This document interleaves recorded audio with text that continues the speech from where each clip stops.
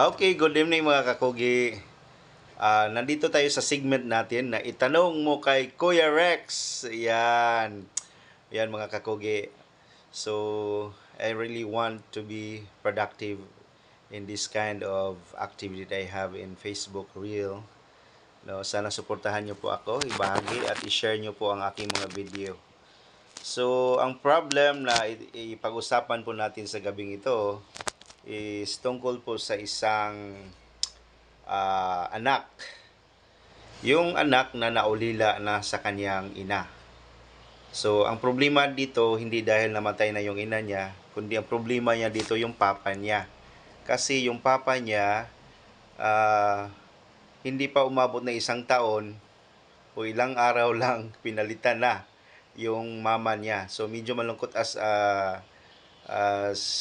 isang anak, no? I can feel, no, na hindi talaga madali yon sa isang anak na so ang problema niya doon yung feeling niya ngayon sa kanyang papa na galit siya, yung feeling na kung makita niya lang yung papa niya parang sasakalin niya na sa galit. So ano ba talaga, anong pwede nating ipayo dito mga kakugi? So kung mayroon kayong mga idea, no, i-comment nyo kung anong pwede niyang gawin. Kasi yung apat silang magkakapatid, silang lahat na apat, galit na galit sila sa kanilang ama. Kasi bakit daw pinagpalit sa iba? Ha? Yung ina niya lang, bago lang yung namatay. No? Condolence for that lady na nagtanong sa atin. Ano daw ang gagawin niya sa sitwasyon na to dahil galit na galit sila sa kanilang ama. Dahil sa ginawa ng kanilang ama na pinalitan kaagad ang kanilang ina. Ayan.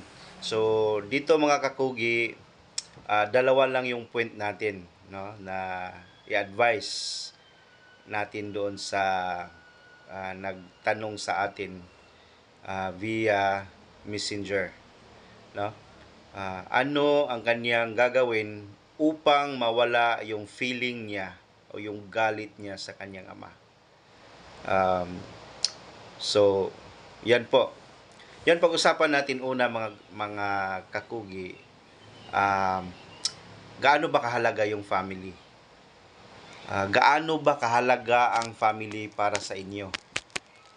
By the way, ang background po nito, yung nagtanong sa atin, lahat po sila may sariling buhay na, no? 3 sa kanilang magkakapatid mayroon ng mga asawa, isa na lang yung hindi, yung youngest, pero nagtatrabaho na as a policeman. So ngayon, silang lahat galit sila sa kanilang magulang o sa kanilang ama. Paano nila mawala yung galit? Yan. So, dalawa lang po ang ating isi-share. Hindi tayo mag-share ng marami. Dalawa lang. So, una, ating intindihin yung kanilang kasal. Yan po. Kahit anong simbahan tayo ikasal, or kahit anong office ng mayor or office ng judge, ang sinasabi po doon ng nagkasal sa atin or nagkasal sa inyo, maliban lang po sa may isang grupo dito na yung kagrupo ko na ang kasal namin iba sa kasal sa, but yung pag-usapan natin yung common na kasal, no, karaniwang kasal na nangyayari sa simbahan, sa nangyayari sa office ng mayor or sa judge, no? Yung phrase lang doon, no, na sinasabi ng officiatory or yung officer na nagkakasal, either pastor or priest, ang sinasabi niya doon, for better and worse, magkasama sila. For better and worse. No? But dili lang worse, dahil happiness po dahil una to. Kalipay. So, till death do you part. So, may pasabot ana, or anong ibig sabihin nito? Sa hirap at ginhawa, or sa kasayahan at hirap at ginhawa, kasama ang mag-asawa. But till death do you part. Pag namatay na yung isa, no, example, yung lalaki namatay, or either yung babae namatay, hindi na sila kasal. No? In the law of the land, hindi na sila kasal. Wala na. Till death do you part. Nung pag namatay na yung isa, part na. Departed na, wala na. Diba? Back to single ka or widow. Ang ibig sabihin widow. O single o widow, magkapareho ba? Pero pwede ka na mag-asawa ulit. Yung ibig sabihin doon. Kasi wala na. No?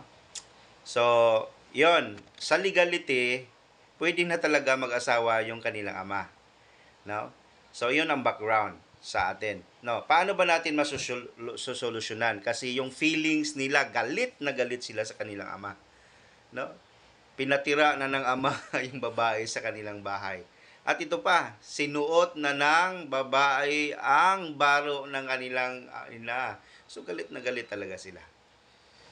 So, una, kailangan natin intindihin ang kalagayan ng ama.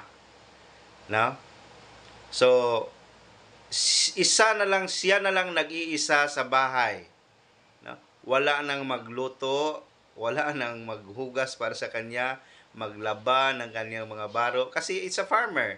This man is a farmer and he has a lot of land to farm, to till. So, maraming lupa tong tao na to. Mayroon siyang kalubihan, mayroon siyang kamaisan. So, hindi niya na kaya gawin yung lahat, pati yung bahay. So, kailangan niya ng partner. Kaya yung una niyang hinanap partner, kasi gusto niyang may kasama siya sa buhay. Tinanong ko yung anak, kaya niyo bang ibigay yon yung pangailangan ng inyong ama? Kaya ba ninyong ibigay yung pangailangan ng inyong ama? Kaya ba ninyong alagaan yung ama niyo ngayon, kahit kayo may sarili ng buhay? Sabi niya, hindi. So, yan. Kailangan unawain, intindihin ang kalagayan ng kanyang ama. So, bakit kailangan nating unawain at intindihin? Ano bang mahalaga? Sa ngayon, ano bang halaga? Kasi yung mama nyo, wala yan rest in peace. Nasa state na po siya, na wala na po siyang worries. Nagpahinga na po siya. So, ngayon, sino pa ba talaga ang mahalaga? Ang mahalaga ngayon, yung ama nyo. Yung kaligayahan ng ama nyo, yung mahalaga. Kung hindi mo maalagaan yung ama mo, hindi nyo maalagaan ng kapatid nyo ngayon, tulad ng pag-aalaga ng ina nyo, pag-aalaga ng ina nyo sa ama nyo, hindi nyo yan mabigay.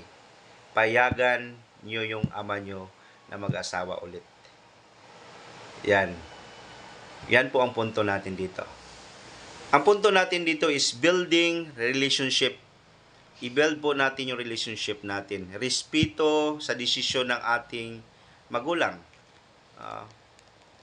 Pero mayroon din mga sitwasyon na halimbawa na either depende yun sa desisyon ng ama halimbawa po sa amin sa kalagayan ng aking pamilya, yung asawa ko, yung ama niya gusto mag-asawa pero hindi nila pinayagan. Bakit? Yung papa niya nagre-receive ng pensyon ng kanyang ama, which is yung pensyon na yun ikabubuhay niya. Pero pag mag-asawa niya, yung pensyon na natanggap niya sa kanyang asawa, mawala yun.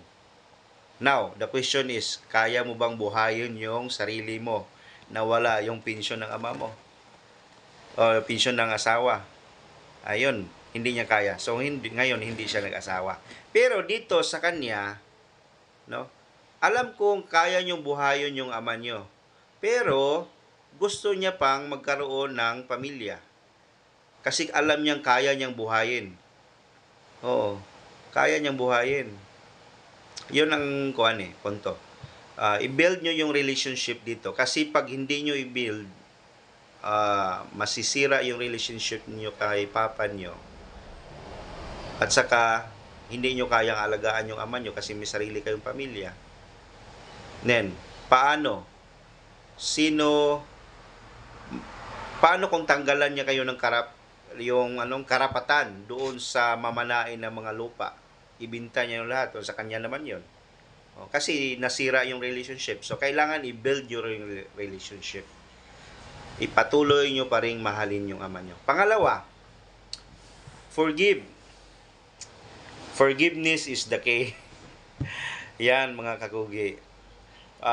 Balikan natin yung dalawang commandments na binigay sa atin ng ating Panginoon na si Kristo. Love God with all your heart, mind, and strength. Yung pangalawa doon, yung emphasize ko.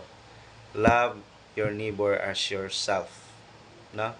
So, mahalin natin yung, si Papa nyo ba, hindi nyo ba neighbor? Yan yung pinaka-closest neighbor nyo, yung family nyo. So, paano natin yon? Bakit ko nabanggit yan? So, kung love nyo yung ama nyo, no? At saka may paniniwala kay Kristo, patawarin nyo siya kung anong nagawa niya. Doon nyo mapakita yung inyong pagmamahal nyo sa kanyang ama at sa inyong ina. Pag minahal nyo ang inyong ama. Yung ina nyo, sinacrifice na yung life niya. No? Kahit nagkasakit siya, nagbigay siya ng serbisyo sa kanyang asawa dahil mahal niya. Pero kung hindi nyo kayang mabigay, hayaan nyo yung papa nyo mag-asawa at patawarin nyo. Kung ano man sa tingin nyo na mali yung ginawa niya, patawarin nyo siya. No? Kasi, ganito po yan. Pag mayroon tayong negative feeling nandito sa ating loob, hindi tayo marunong magpatawad. Negative energy yan. Magdudulot ng sakit sa atin. Okay? Ilan kayang good, kung anong tawag nito, good seals yung mamamatay sa loob natin pag masama yung loob natin. Kaya hayaan natin, no? Hayaan natin yung ama natin na magdesisyon sa kanilang buhay. No? Sino naman tayo magdikta, no? Magdikta sa ating ama. Buhay nila yon, kaligayahan niya yon. Kung mayroon man silang pananagutan sa Diyos, sa ginawa nila sa ina nyo, sa Kanya yung pananagutan, hindi sa inyo. Walang pananagutan ang ama nyo sa inyo. So may pananagutan siya doon sa Diyos. Hindi tayo mag-judge, no? Kung ano kasama ang tao, ipapakita pa rin, ipairal pa rin natin yung love. No? Kasi ang sabi ni Jesus Christ, kung kayo ay nag-forgive, kung kayo ay nagpapatawad, pinapapatawad ko rin kayo. Ganon kaganda, di ba? Paano tayo mapatawad sa ating mga kasalanan? Simple lang. Patawarin din natin yung mga tao na nagbigay sa atin ng masama ng loob. Kasi, pag dinala natin yung sama ng loob, no? Tatanda kayo. Tatanda kayo. Magkasakit pa kayo. I would like to share with you this experience. This is a real experience of my wife. Sorry, wifey. I'd like to give you as an example. But I share this because I really learned from it. And I want you also to learn from it. I know forgiveness is not an easy, madaling ibigay or daling hingin. Especially pag nasaktan ka. No? My wife suffered from many kinds of pain in his youth and even sa iyahang nung nagtrabaho na siya. Yung mga diskriminasyon ay naranasan niya lahat. No? In his own family, naranasan niya yung abuse, nung tinatawag na physical, verbal, at saka nakimkim, nabuo niya yung napakalaking galit na parang bulkan kung susabog. But paano yan nawala? By forgiving to this person who hurt her. But tinanong ko siya, paano niya ginawa yon? Through reading good books, especially the scripture, no? Um, and following the counsels of the people around us, especially kayo, no? I'm not mentioning here any kind of faith. I'm not promoting any religion. But kahit saan kayo belong na congregation, no? Yung mga pastor, pari, o whatever, nga mga kind of teachers, preacher, nagtuturo yan sila ng maganda. Lahat na matutunan natin sa kanila is, it's like a seed. A tiny seed, no? Tulad nito, no? A tiny butil ng bigas. Pero ito hindi na pwede itanim. Pero katong bago pa nito, pwedeng matanim. So para siyang tiny seed. Forgiveness is like a seed. Pag itinanim natin yan sa ating puso, natutunan natin mag-forgive, yan, ang bunga niyan is happiness, peace. Kahit saan ka pupunta, hindi mo nadala yung bigat. Yan ang sabi ni Jesus Christ. Kahit sino man ang may mabigat na pinapasan na cross, lumapit kayo sa akin at bigyan ko kayo ng pahinga. Ayan, no? Ang ganda. And paano tayo makapahinga? Sa mga taong nananakit sa atin o nagbigay sa atin ng pain is forgiving them. Letting it go. Forgiving. Forgiveness is the key. Then how to develop that forgiveness? You read good books, especially the scripture. In my group, we have so many scripture. But if you want to know what kind of books, I want to recommend you just PM me here. Yeah. Ibibigay ko sa inyo. Bigyan ko kayo ng free books. Yan, libran, free shipment kung gusto nyo. No? Yung libro na yan ang nagbibigay sa akin ng Who I Am Now. No? Yan. Hindi lang kayo, hindi lang ako. Marami tayong nag-suffer ng mga pain. But for letting it go, forgiving those person na nagbibigay sa atin ng sakit, ng pain, suffering, whatever, but na-forgive natin yan. Diyan natin makuha yung peace of mind, ang joy sa ating heart. Hindi yan nababayaran, mga kakugi. Yan. So sana mga kakugi, may natutunan kayo sa segment na to. Itanong mo kay Kuya Rex, yung problema ng ating sender ngayon is paano niya ma-overcome yung hatred sa kanyang ama. So dalawa lang, understanding the situation of your father, pangalawa, forgiving your father. If it is hard to forgive your father, give us advice, no? Whatever leader you have in your church. Or read good books. If you want good books, I will give you free books.